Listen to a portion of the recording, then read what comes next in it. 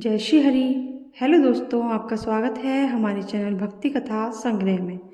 आज हम आपके सामने प्रस्तुत करने जा रहे हैं उत्पन्ना एकादशी व्रत कथा और उसके महत्व के बारे में जानकारी। धर्मराज युधिष्ठिर कहने लगे कि हे भगवान, मैंने कार्तिक शुक्ल एकादशी अर्थात प्रबोधिनी एकादशी का सविस्तार वर्णन सुना। अब आप कृपा करके मुझे मार्गशीर्ष माह के कृष्ण पक्ष की एकादशी के विषय में बतलाइए। इस एकादशी का क्या नाम है तथा इसके व्रत का क्या विधान है, इसकी विधि क्या है, इसका व्रत करने से किस फल की प्राप्ति होती है, कृपया यह सब विधान पूर्वक कहिए। भगवान श्री कृष्ण बोले, मार्गशीर्ष माह के कृष्ण पक्ष में आने वाली इस एकादशी को उत्पन्ना एकादशी कहा जाता है। यह व्रत शंखोद्धार तीर्थ में स्नान करके भगवान के दर्शन करने से जो फल प्राप्त होता है उसके बराबर पुण्य मिलता है। व्रत करने वाले भक्त को चोर, पाखंडी, परस्त्रीगामी, निंदक, मिथ्याभाषी तथा किसी भी प्रकार के पापी से बात नहीं करनी चाहिए। इसका महात्म्य मैं तुमसे कहता हूँ, ध्यानपूर्वक सुनो। उत्पन्ना एकादशी व्रत कथा इस प्रकार है। युधिष्ठिर कहने लगे कि हे भगवान, आपने हजारों यज्ञ और लाख गोदान को भी एकादशी व्रत के बराबर नहीं बताया, सो यह तिथि सब तिथियों से उत्तम कैसे हुई?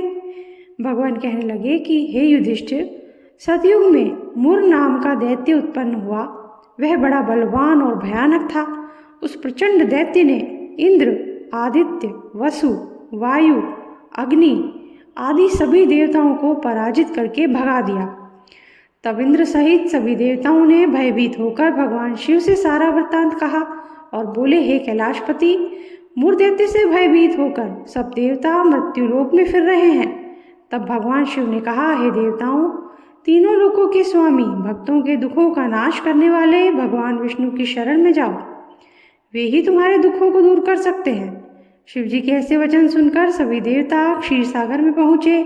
वहाँ भगवान को शयन करते देख हाथ जोड़कर उनकी स्तुति करने लगे कि हे देवताओं द्वारा स्तुति करने योग्य प्रभु, आपको बारंबार नमस्कार है।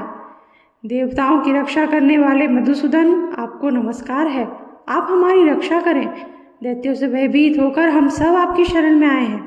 आप इस संसार के कर्ता, माता पिता, उत्पत्ति और पालन करता और संहार करने वाले हैं। सबको शांति प्रदान करने वाले हैं। आकाश और पाताल भी आप ही हैं।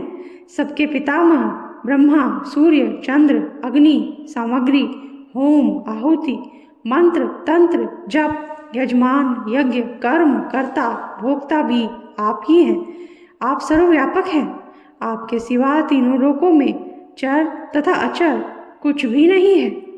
हे भगवान, दैत्यों ने हमको जीतकर स्वर्ग से भ्रष्ट कर दिया है और हम सब देवता इधर उधर भागे भागे फिर रहे हैं। आप उन दैत्यों से हम सबकी रक्षा करें। इंद्र के ऐसे वचन सुनकर भगवान विष्णु कहने लगे कि हे इंद्र, ऐसा मायावी दैत्य कौन है जिसने सब देवताओं को जीत लिया है? उसका नाम क्या है? उसमें कितना बल है और किसके आश्रय में है तथा उसका स्थान कहाँ है? यह सब मुझसे कहो। भगवान के ऐसे वचन सुनकर इंद्र बोले, भगवान, प्राचीन समय में एक नाड़ीजंघ नामक राक्षस था। उसके महापराक्रमी और लोक विख्यात मुर नाम का एक पुत्र हुआ। उसकी चंद्रावती नाम की नगरी है। उसी ने सब देवताओं को स्वर्ग से निकालकर वहां अपना अधिकार जमा कर लिया है। उसने इंद्र, अग्नि, वरुण, यम, वायु, ईश, चंद्रमा, नैऋत आदि सबके स्थान पर अधिकार कर लिया है। सूर्य बनकर स्वयं ही प्रकाश करता है, स्वयं ही मेघ बन बैठा है और सबसे अजेय है। हे असुर निकंदन, उस दुष्ट को मारकर देवताओं को अजेय बनाइए। यह वचन सुनकर भगवान ने कहा, हे देवताओं, मैं शीघ्र ही उसका संहार करूंगा। तुम चंद्रावती नगरी जाओ। इस प्रकार कहकर भगवान सहित सभी देवताओं ने चंद्रावती नगरी की ओर प्रस्थान किया। उस समय जब दैत्य मुर सेना सहित युद्ध भूमि में गरज रहा था, उसकी भयानक गर्जना सुनकर सभी देवता भय के मारे चारों दिशाओं में भागने लगे। जब स्वयं भगवान रणभूमि में आए तो दैत्य उन पर भी अस्त्र शस्त्र आयुध लेकर दौड़े। भगवान ने उन्हें सर्प के समान अपने बाणों से बींध डाला। बहुत से दैत्य मारे गए, केवल मुर बचा रहा। वह अविचल भाव से भगवान के साथ युद्ध करता रहा। भगवान जो जो भी तीक्ष्ण बाण चलाते वह उसके लिए पुष्प सिद्ध होता। उसका शरीर छिन्न भिन्न हो गया, किंतु वह लगातार युद्ध करता रहा। दोनों के बीच मल्ल युद्ध भी हुआ। 10,000 वर्ष तक उनका युद्ध चलता रहा, किंतु मुर नहीं हारा। थककर भगवान बद्री का आश्रम चले गए। वहाँ हेमवती नामक सुंदर गुफा थी। उसमें विश्राम करने के लिए भगवान उसके अंदर प्रवेश कर गए। यह गुफा 12 योजन लंबी थी और उसका एक ही द्वार था। विष्णु भगवान वहाँ योग निद्रा की गोद में सो गए। मुर भी पीछे पीछे आ गया और भगवान को सोया देखकर मारने को उद्यत हुआ। तभी भगवान के शरीर से उज्ज्वल कांतिमय रूप वाली देवी प्रकट हुई। देवी ने राक्षस मुर को ललकारा, युद्ध किया और उसे तत्काल मौत के घाट उतार दिया। श्री हरि जब योग निद्रा की गोद से उठे तो सब बातों को जानकर उस देवी से कहा कि आपका जन्म एकादशी के दिन हुआ है, अतः आप उत्पन्ना एकादशी के नाम से पूजित होंगी। आपके भक्त वही होंगे जो मेरे भक्त हैं। जय श्री हरि। इसी के साथ कथा समाप्त होती है। अगर आपको अच्छी लगी हो तो लाइक कर दीजिए और जिसने भी चैनल को सब्सक्राइब नहीं किया है सब्सक्राइब कर दीजिए, बेल आइकन प्रेस कर दीजिए।